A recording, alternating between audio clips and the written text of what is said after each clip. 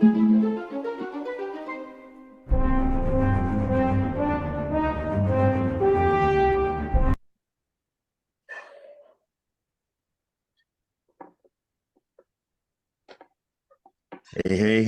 everybody. Welcome back. Welcome back. This Oh is yeah. man, CJ Jones, aka Mr. TNTBS. I have my partner with me, Mr. Duane Stinson. How are you, sir? Blessed and highly favored, my brother. Glad to be here. Glad to be here. Glad to be here. Or as they used to say, glad to be in the number. One more time. One more again. One more again. Here we go. All right, so we just gonna jump right into it, guys. We have a lot that we want to cover in a very short period of time, but I'm gonna try to do what I can for our people. So let's just go ahead and get right into it. Please let me know when the screen has changed. I want to begin a little something like this, if I can. Let's see. Let me know if you see a change in the screen. All right, not yet. Not yet. Okay. So that means I got to bring this back up, my point of view.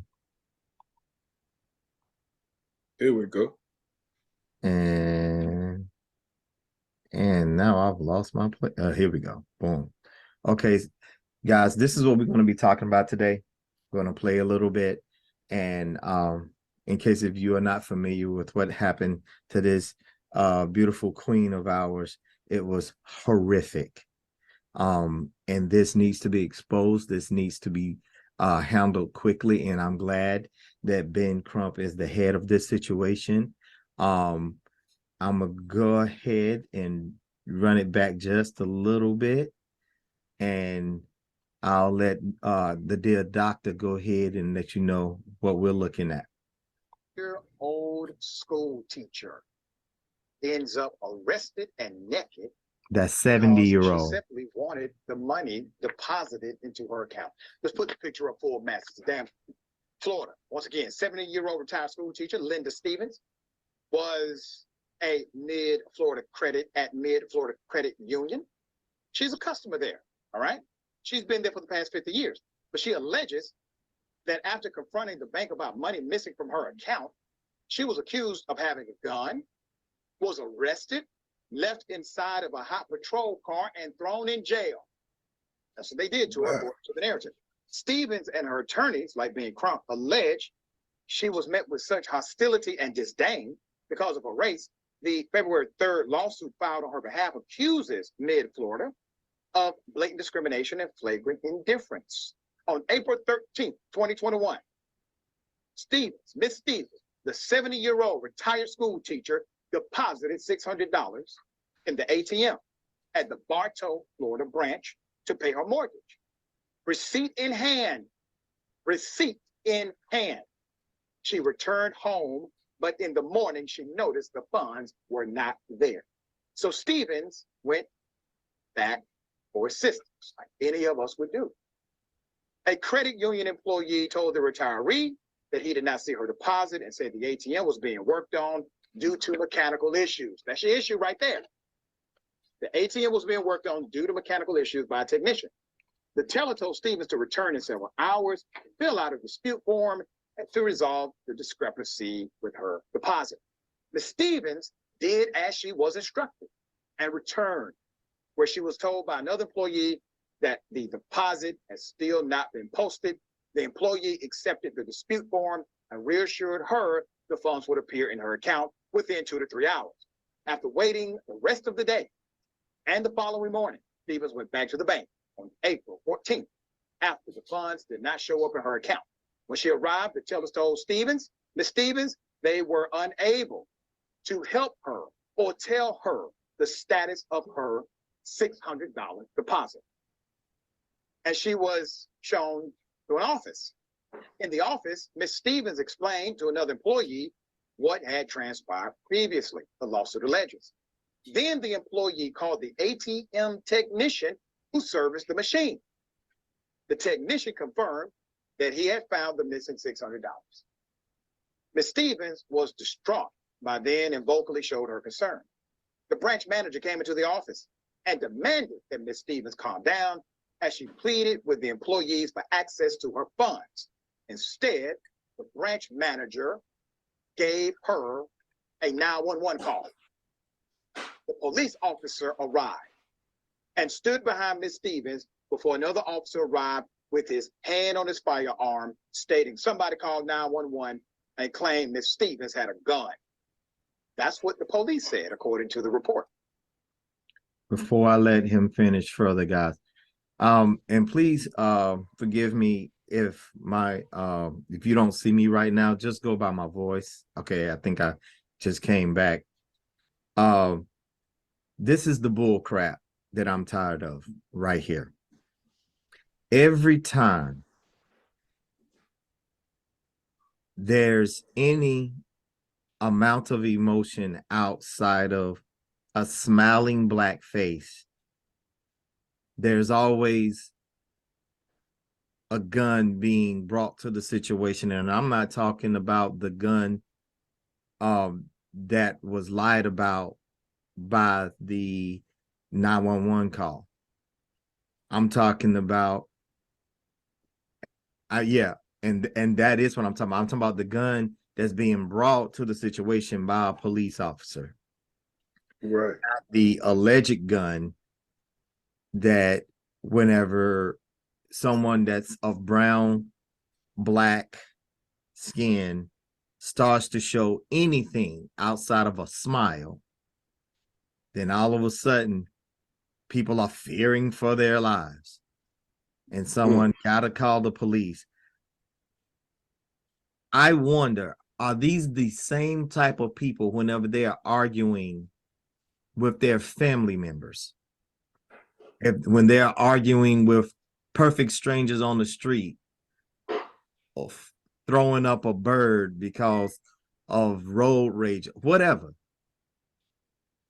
But how are these same people handling life problems, life issues? I just wonder. With people that look like them, are they forever calling 911? Or is it just for the simple reason that we are black and brown? Oh, it's definitely for the reason of skin color.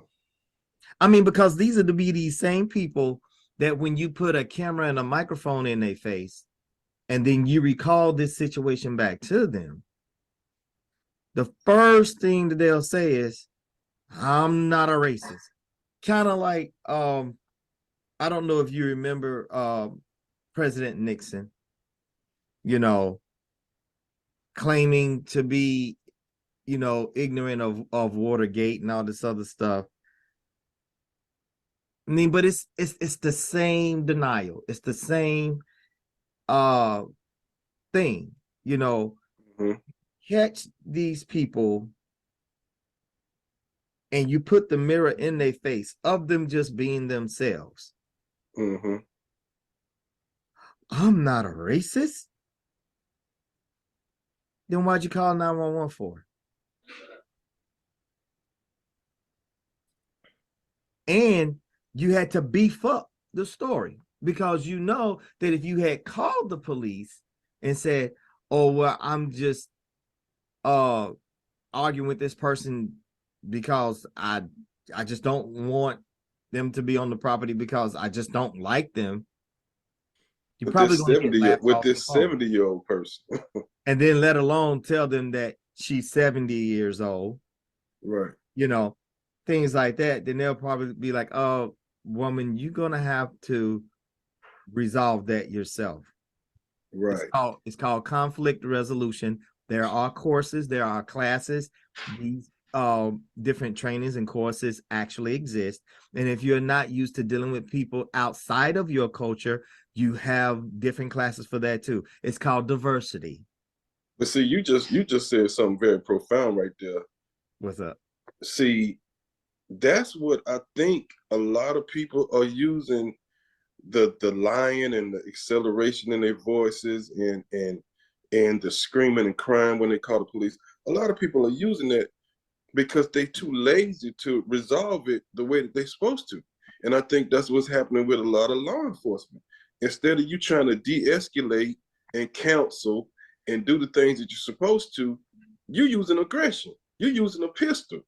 Instead of you trying to talk to me and try to see what's going on and take a little extra time, you got your hand on your gun already. You know the keywords that you can use to get the reaction of the police: black, youth, gun, aggressive, mad, hostile. All of these are key words to get a certain reaction. You can get the police there in a few minutes if you say, man, we got a lady here with a gun. We don't know. Instead of you saying, man, we screwed this lady's money up and we just don't have we don't know what to do. Oh, by the way, she's 7 years old. Like you said, the police gonna tell you, use your training, do what you're supposed to do. but it's just like you said, I'm so tired of it. It's just a never-ending broken record. So for copyright purposes, I'm not going to play this video completely out. If you want to hear Dr. Rashad Ritchie's video, please, I encourage our audience to go in, not only watch his video, but actually find the actual interview that she did with Ben Crump and her husband and the prosecuting attorney, that where you actually get to hear them all speak to the facts of what actually happened. And just like ourselves, I have mad respect for for Dr. Rashad Ritchie, and somehow he's able to pull even more detail from the stories that even from these big news platforms, whenever this was uncovered, you have news platforms like CNN, Fox News, MSNBC, depending on what platform you watch, depending on they're gonna either touch on it, brush over it, or they'll play like one particular side, depending on time restraints. But we all know how that goes. They want you to know, they know it is newsworthy, but they don't want to look too bad, because now it becomes a deal. But this is why news platforms like Fox News always look like that they are, and that's why there's also been a change in their staffing and when it comes to stuff like that, because they know what they look like to the social media world. They know the people that watch them. They know their base. They know who the type of people that they appeal to. So that they don't really want to dig into stories like this and really expose this nastiness, this true nature of this of people's culture, because it's not like how Dr. Ritchie and I've been saying this for a very, very long time. I'm speaking from a first-hand point of view. It is not about training. It has never been about training. Oh, we need to just go back and retrain and retrain. No. This is culture. This is culture. This is, I'm a man, I'm a white man in authority, or I'm a white woman in authority. And this is what's been passed down to me once I left formal training. Now I'm going to show and tell you what really goes on in these streets. And that's where things like this takes place. This woman, beautiful Black queen, grandmother, wife. Oh, and by the way, she's a wife of a retired lieutenant colonel in the Army. Wow. The $600 come into play because she needed that money for to pay their mortgage. So let me add a little bit of this, because like I said, I'm going to go ahead and take this off of share now. So I'm gonna put it into our words, okay? Giving you the meat and potatoes of this. So she's doing what she does. This is how she takes care of home. Mm-hmm. She's gonna go bank like she's been banking. And I want to say that she's been banking there for 50 years. She's an educator. Mm. That credit union used to be a credit union for teachers. Mm-hmm.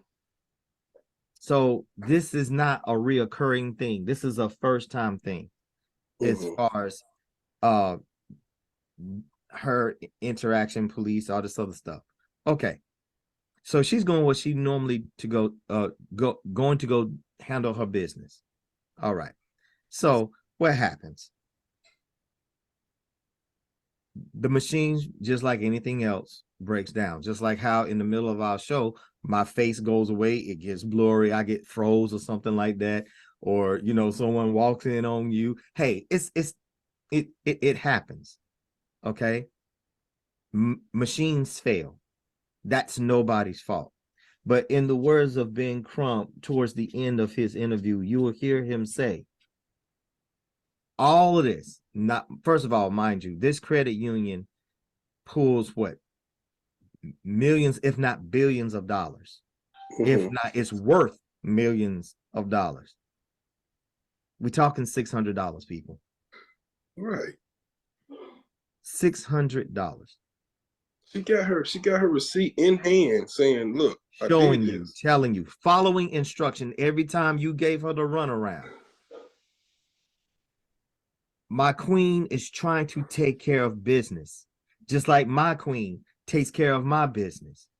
Mm-hmm. I bring home the money, she handles the money, and if she's being blocked, nobody's going to be nice about that. Because why? Number one, we are Black. People do not play with us, and they don't care Mm-hmm. what your situation is.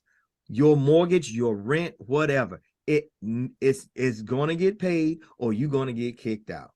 Mm-hmm.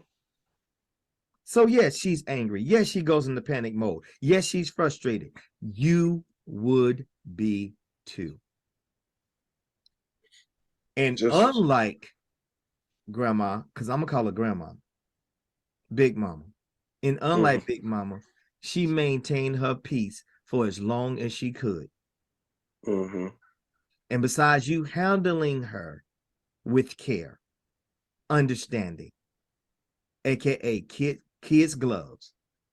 You want to call some Tackleberry type police, and if you're not sure what type of person is a Tackleberry type police is, just watch a police academy. Okay, and they come in with heavy badge. Oh, somebody has a gun. That first of all, when you walk in, do it look like anybody hitting the floor? Do anybody looking like, oh, they got a gun? So you can kill me with all that high energy. You can miss me with all that high energy. Tell about some, oh, we heard somebody had a gun. Da, da, da. Really? First of all, Big Mama come from a generation she don't even believe in guns, let alone Mm-hmm. have one. She don't like them. She don't care for them. Anybody that carried a gun was her husband back in the day, and that's because he was active duty in the Army. Mm-hmm. And I love his interview when he spoke to the crowd. Okay. And I think my senior, for so we may not have served in the same branch, but a brother on the watch, sister on the watch, I don't care about your color. Thank you for standing to watch. But so someone like me can come up and take your spot. And I do my part. And I thank all and everybody of the generation that came in behind me and relieved me when it was my time to step down. Now, But this goes back to what you said at the beginning of the show. what's that? They don't care how articulate that we are. They don't care how much we might have served our country. We've seen several times, even fellow police officers and sergeants and chiefs getting arrested and beaten. They don't care how much money you make. They don't care if you're an athlete. They don't care if you are some kind of dignitary. They don't care if you're a doctor. It's the skin at the end of the day. And it's not a white or a black thing, but people that have that kind of small-minded mentality, yeah, it's nothing that, that we could do. You know what I'm saying? It's nothing that we could do to even prove to them that we human. That's the dehumanizing of, the black race to some people. Most people, like you said, most people say, oh, this is a 70-year-old woman. Matter of fact, let's do something for her. Because we've inconvenienced her. No, your first thing, your thought is, and like you said, even at the end of the story, the person that was working on the ATM said, yeah, I found the $600. That should have been in the story. End of story. And so let me tell you what they did to Big Mama. I don't know if you're ready for this. Not only did they arrest her very harshly because they fractured her nose. Oh my goodness. Come on, man. Oh, I'm not done. Not only did they fracture her nose, they put her on suicide watch, which means they stripped her down naked and put her in a cold. I'm trying not to, I want for my show to be kid friendly. They put her in a cell, and these cells are not clean. There is no padding or nothing like that. She stayed in that cell without communication to her family for just under 30 hours. Her family didn't even know where she was or any of those things. Where is this at again? Oh my gosh. That is what I forgot. But I want to say this is in Florida. I want to say it. So if you were watching my show, my viewers, before I can come back with that precise information, I want to say this is another thing in Florida, yet another thing outside of what DeSantis is doing, which is going to be another show. Okay, so guys, this was totally and completely unnecessary. And I'm trying to hold my peace. I'm trying to keep myself together right now because I am overwhelmed with the emotion of anger. That's why we have this show, Elephant Exposed. Because what I feel like doing, I know I can't. I know I can't. I'm a professional. I have to maintain professionalism. But like Ben Crump said, and my face just got froze. So just listen to my voice. Like Ben Crump said, imagine if this was your mother. Imagine if this was your grandmother. And she got treated like that. All because she was banking while black. That's what they're titling this. And that's what they're going to be suing for. And they have a list. Every cent I hope that. List And see, that's the thing. I'm tired of the lawsuits. There's certain things that just can't be taken back. This lady's 70 years old. They got money. They don't need the bank money. You know what I'm saying? I mean, of course they still need to take care of their bills, but you're gonna say, well, they got money. They sued, they got a settlement. This lady's 70 years old. She just been treated like, she done lived an exemplary life. Exemplary life, right. Right. Her and her husband, upstanding citizens. And then you do this to her at the end of her life? Like, man. So this is what they call themselves doing once she came out from from being arrested. They approached her with a $300 gift card and said that they was going to pay for 1 month of her mortgage. Woo, boy. After I'm arrested, I don't think so. I don't think so. So there's more that I would love to say about this, but our job is to expose these elephants, and that's what we're going to do. We're going to keep our eye on this story. Right now, like I said, I'm so furious I can hardly put together the words that it takes for me to even let our viewers in on this. We do need to cover. We need to cover yet another topic, yet another elephant that's not even trying to hide his intentions. And what he had to say, this devilish minded person, Governor DeSantis of Florida, basically is telling the world that African American studies have no educational value. In other words, we don't mean nothing. We don't mean nothing. And so